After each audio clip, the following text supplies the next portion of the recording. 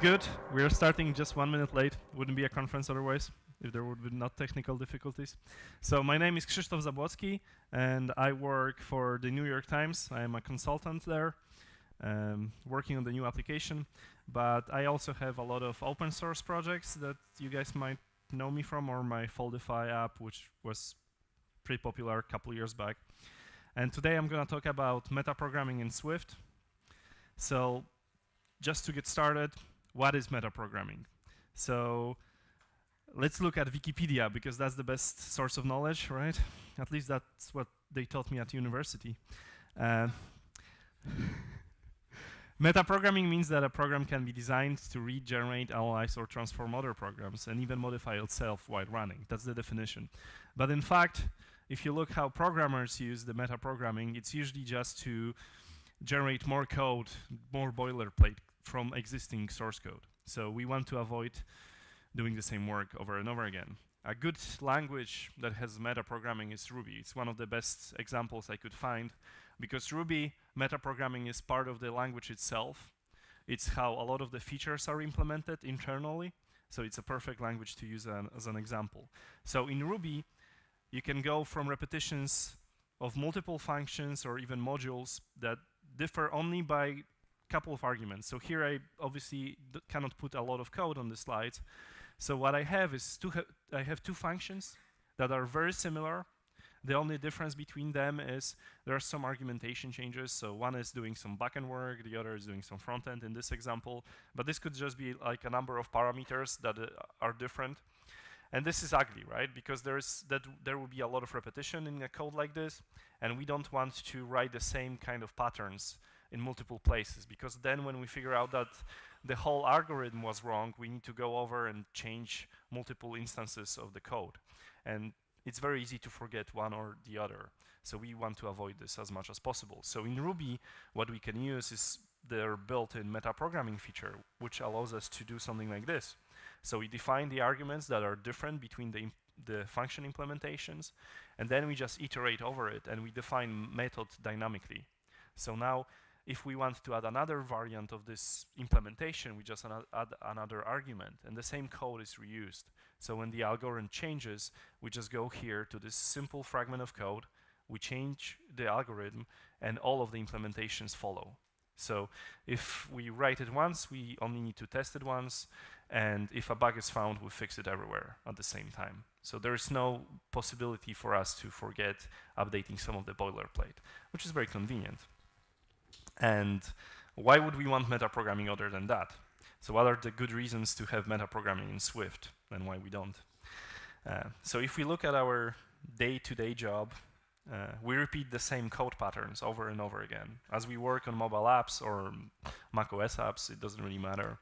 We have to write equality, we have to write hashing, we have to do data persistence, or JSON parsing, or if you do TDD, which you should.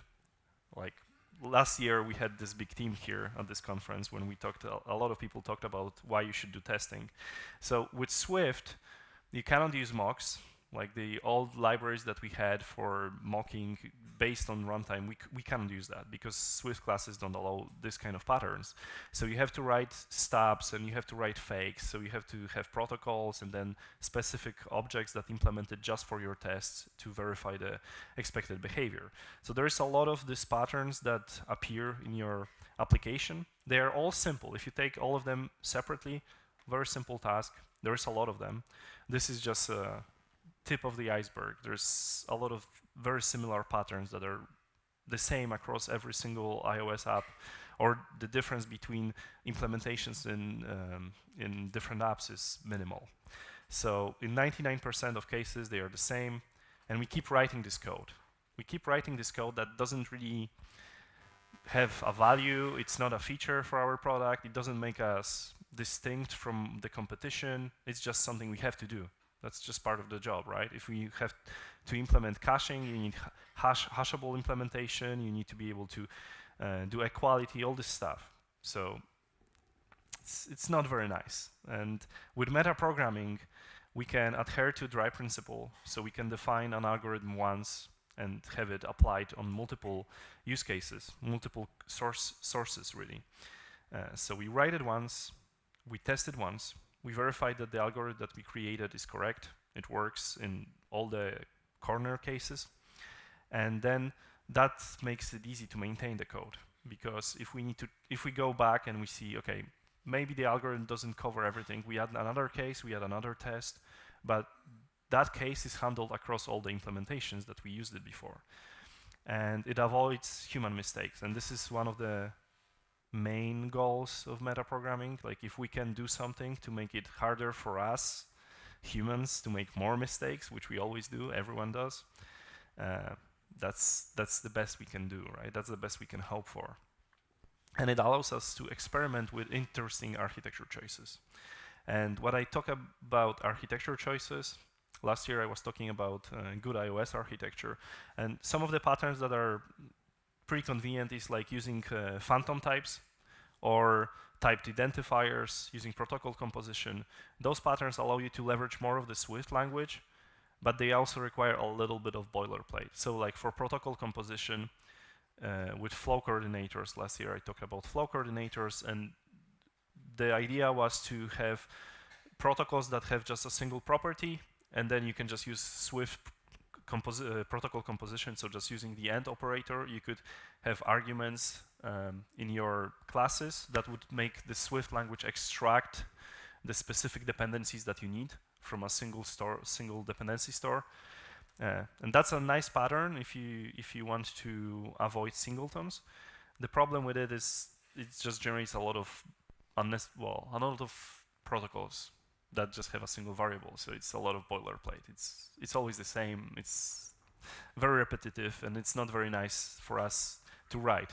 And that's something that can be very easily fixed with metaprogramming, because you could just define that this section of dependencies use protocol composition, and all of the has app provider is generated, stuff like that.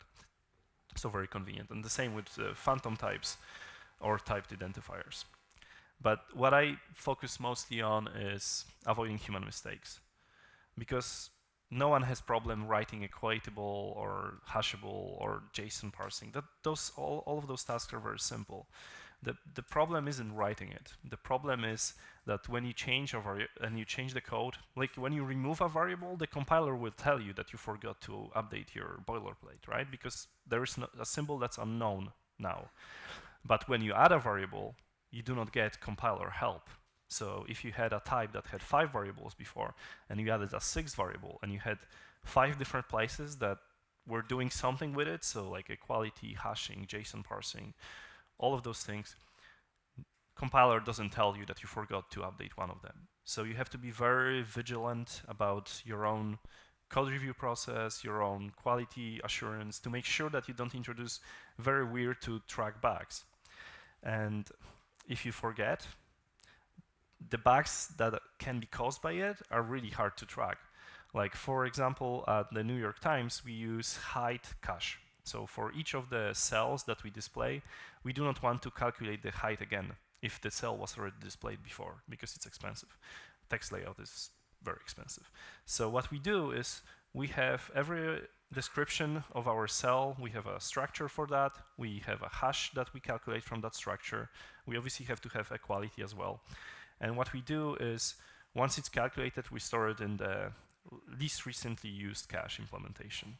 So every time the same data is encountered again, we already know what's the size for the given cell, which is very nice.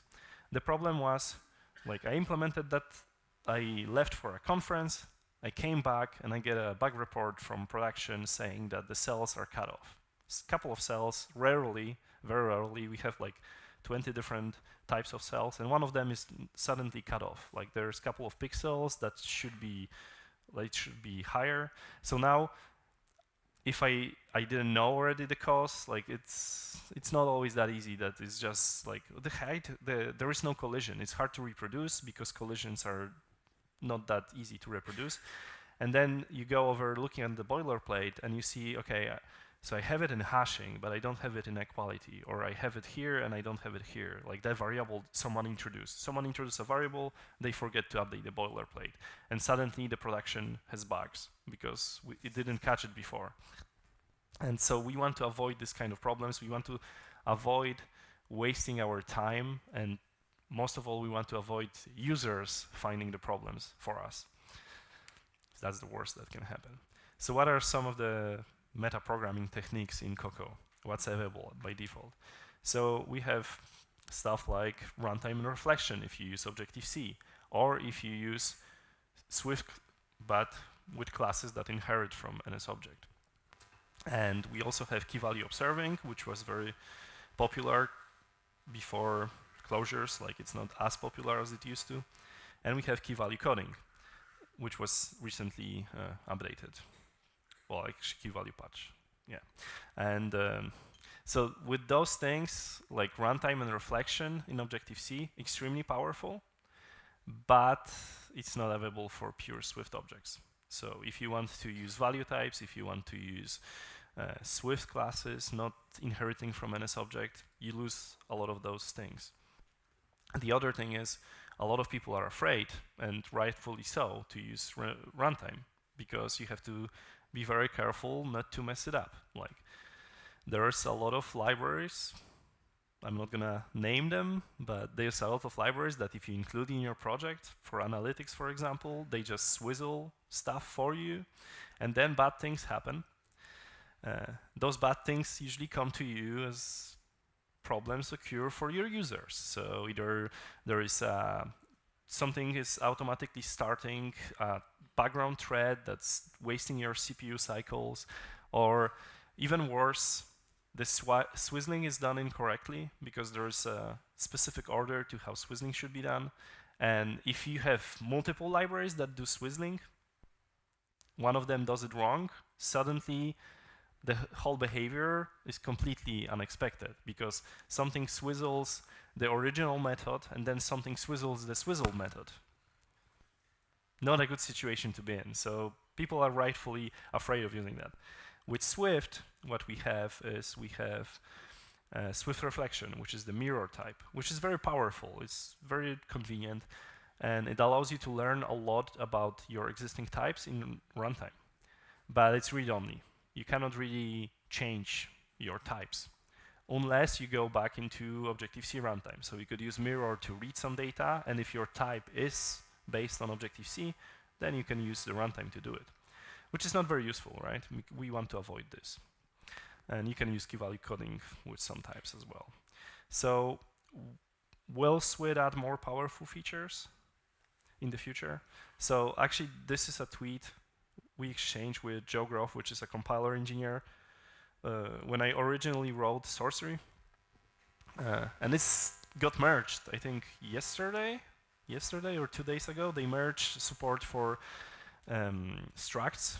So with new Swift, if you have development snapshot, the new Swift will already have derived equatability and hashing for struct types, which is awesome.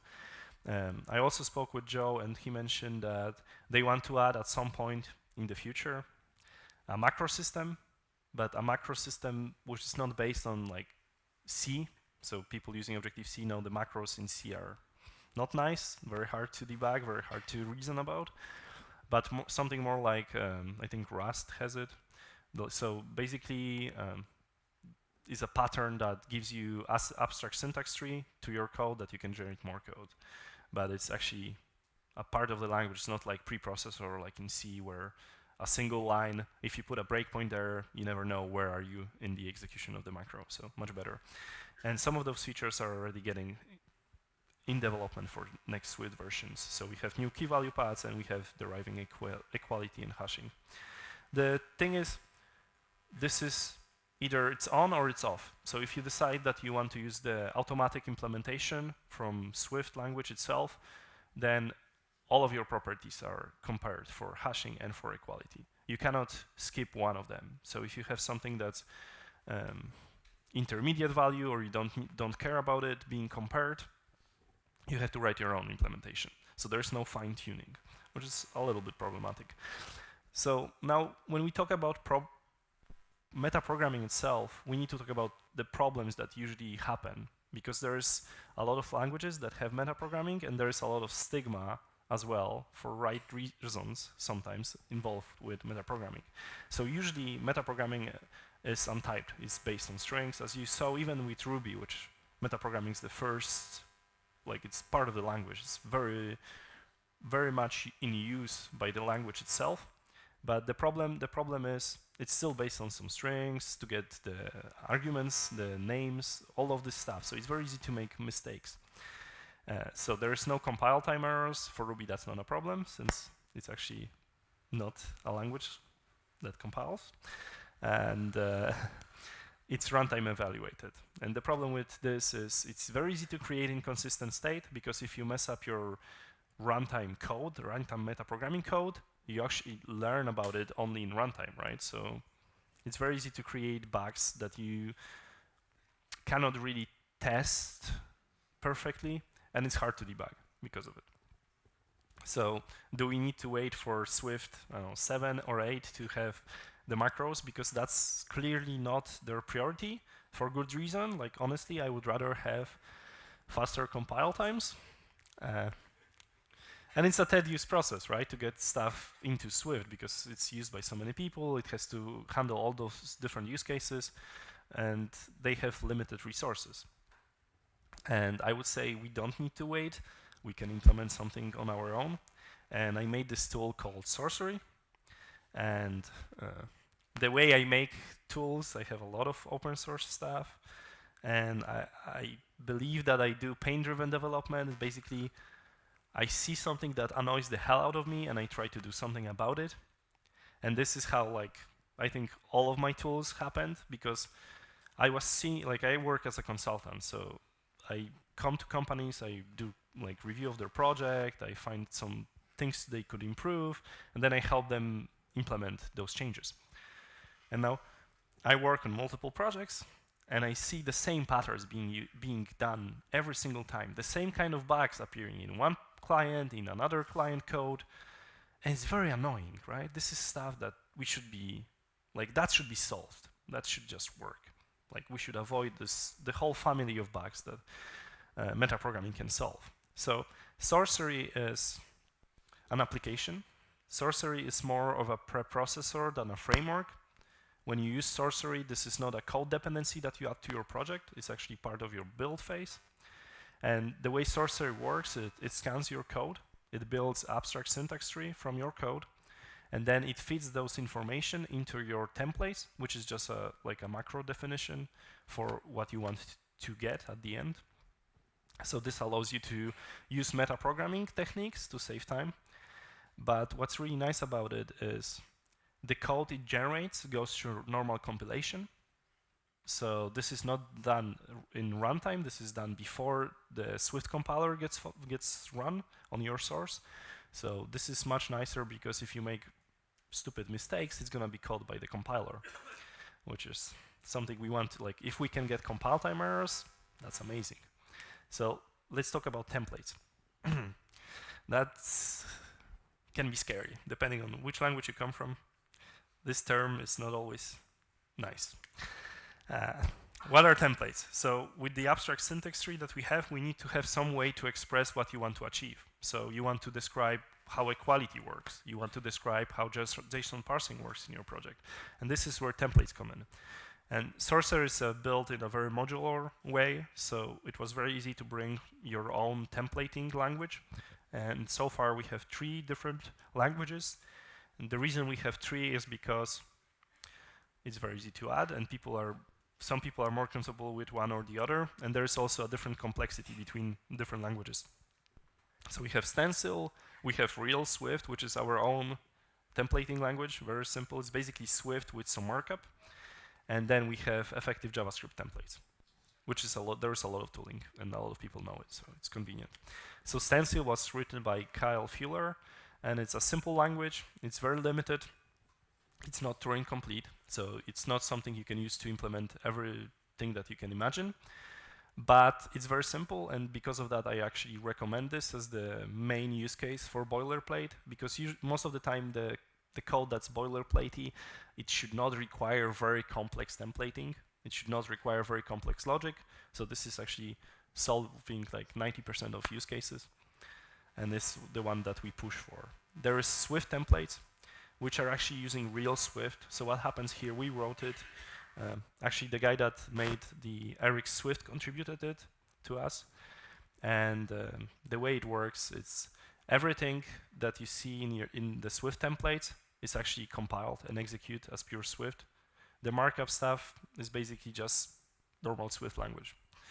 And there is just some markup to just do printing for you, so it's more convenient than using prints. Because it's Swift, no surprise, this is the slowest templating language we support, which it actually has to compile. So, but it's very handy if you have very complex logic. And we have effective JavaScript, which is just effective JavaScript, which is very popular. There's a lot of tooling, so it's very, very convenient to use if you already know JavaScript templating. And let's look at some of the features. So Sourcery is powered by Apple's own SourceKit. So we didn't go and like, let's write a parser from scratch for Swift language, and then have to deal with actually supporting that over the years as the Swift language keeps changing. So we base everything on SourceKit and use SourceKit to parse the existing code. And then we have additional parsing on top of SourceKit, because apparently SourceKit doesn't care about the details. So for example, they do not scan associated enum values. So if you define an enum with associated types, they don't care, so they don't scan it. So we have to scan it on our own. So there's just a couple of different parsing additions on top of SourceKit. And the thing with Sourcery, generates regular Swift code, doesn't even have to be Swift code. There's no runtime involved, it's compiled and it's typed, because it basically is what you say it should be. So it's completely under your control. It's not opinionated by me or any of the other contributors of Sourcery. And one of the things that I care mostly about is immediate feedback. So when you want to create a new template, you get the results at the same time as you write the template. You write a single line and it's immediately you see the source changes, which is something we could only hope for actually working. But it's very convenient. So for example, you can use Sourcery to inspect existing projects. So here I'm actually running Sourcery daemon, which is the live updates on source code of New York Times application. And I can see how many classes, how many enumerations, how many protocols we use in the project, which is very convenient as you do code reviews for your clients. And it can help you look for possible problems as well. So there's a lot of more use cases than just writing Swift boilerplate. You can actually, people actually use it for like graph analysis, so creating the dependency graphs, stuff like that, which is crazy. And Sourcery has some nice features. So one of the features that I felt is a must-have is annotations. So if you ever work with attributes in Rust or Java, you know that you could attribute classes or variables with some extra metadata information. So with Sourcery, you can do the same with Swift. You just write comment, and then you just write Sourcery and pass in whatever the configuration you want. So you can fine-tune your templates. So in your templates, you can skip things that are supposed to not be persisted or compared inequality, which is already better than what we get automatically by the system. And people use it for like JSON keys and stuff like that. So it's very convenient, allows you to control your templates. Malfunctions. It also supports inline code generation, which was necessary to do stuff like NS coding support when it was created. It also can do automatic inline, so you just add one mark, like at the end of your class implementation, you can inject code that you generated, which is also convenient. So if you have like a required initializer that cannot be done is an extension, so you have to do it in the original class, you can use this feature. So how do you integrate Sourcery? It's very simple. There is a build phase for your project, and a lot of common templates are distributed with it. And when you work on new templates, definitely use the daemon mode. This is by far the easiest way to get started, and it's also the most convenient way to work. And some of the bundled templates, as an example, there's a lot. There's equality, hashing, there is enum cases, counts. So you get a list. Yeah, sorry guys. You get a list of all the enumerations, and if they are not associated objects, you also like you get a list or count or both, depending on the type of the enum. You can get lenses automatically for your types. So if you like functional composition, it's very easy to start using lenses with Sourcery. You can get mode generation. So for all your protocols in your project, you can create a stub objects in your test that already allow you to verify that each method was called and what arguments were passed. You can get property level diffing, which I'll show in a second. And you can get Linux main generation, you can get decorators. I could just go on because there's so many different use cases. What I really like, because I do a lot of TDD, is property level diffing for tests. Because if you write TDD, you know that a lot of the times you just do equality tests. And what happens if an equality test fails? A Swift just throws a wall of text at you. So you get expected to equal, and then you cannot even read it because it prints the whole object description, which is really not something you want. So I think it took me like 20 or 30 lines of templating with Sourcery to get property level diffing. So when I compare an array of two classes, I get which object is different and which property in that object is not what I expected, which is much more convenient. As you can see, like I just grasp at the code and I see, okay, the object at the index 0 has incorrect local name.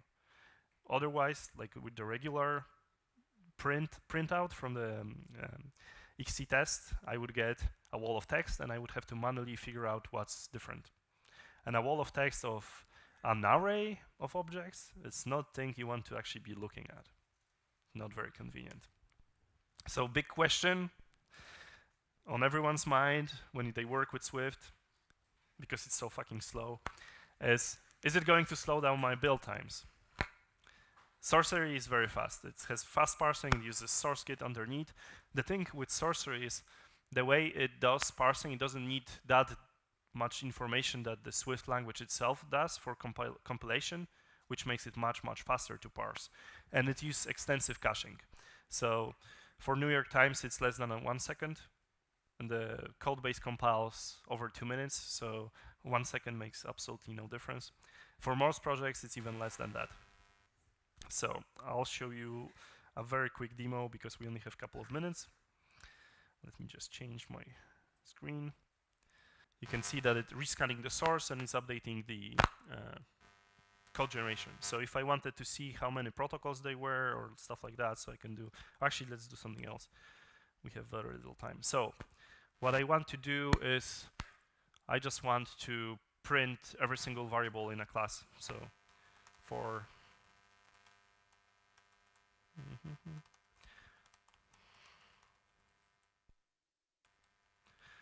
let's start with just the type name, just for the sake of it. Type.name for type and for.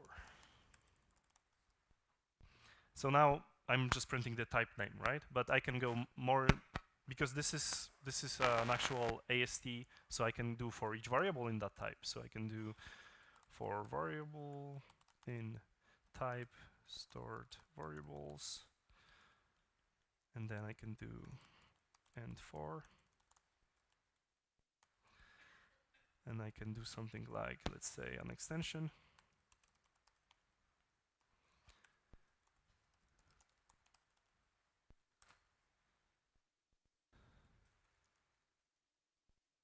So I'm adding equality to everything, and then if I have a variable here, I can do guard let, or actually guard LHS static func LHS.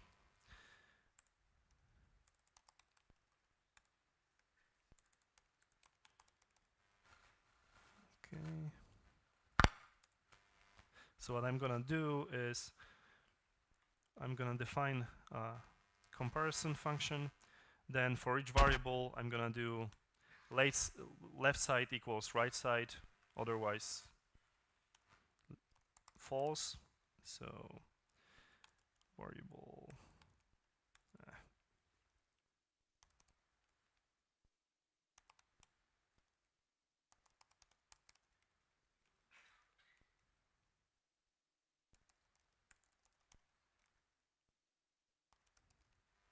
and then at the end, since if there is no difference, then it's just true, right? So at the end of for, sorry. And then if I introduce a variable like name, then you can see that the foo now gets equality for name, and then I can keep introducing variables, and I don't need to touch the boilerplate. I just save the file, and normally if you are not in a daemon mode, you just build the project, and this gets updated, this gets compiled. So it's extremely simple to write templates. Like this is a very simple template. Obviously, you have to handle like enums with associated values and stuff, but that's all already bundled with Sourcery. I think the equality template is like 60 lines, and it supports all the types, which is very convenient. And if you want to use annotations, so for example, if I had something that I didn't want to compare, like I have this intermediate value, so what I can do is I can do for all variables that are not annotated with skip, and then I can just go here, I can do Sourcery skip, and if I didn't mess it up, it would actually work. Let's see, for our variables not annotated.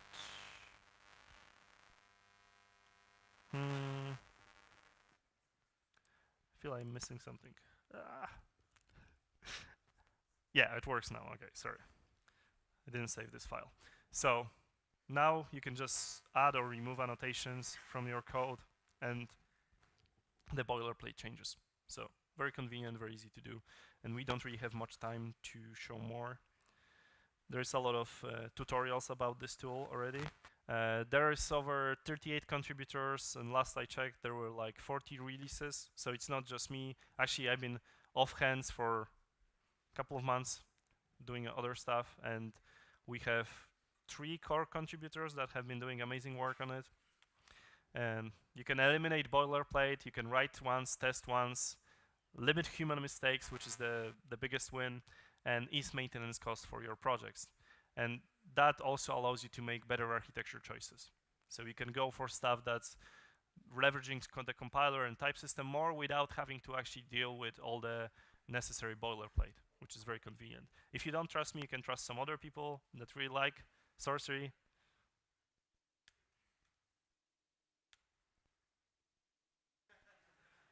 Yeah, so thank you.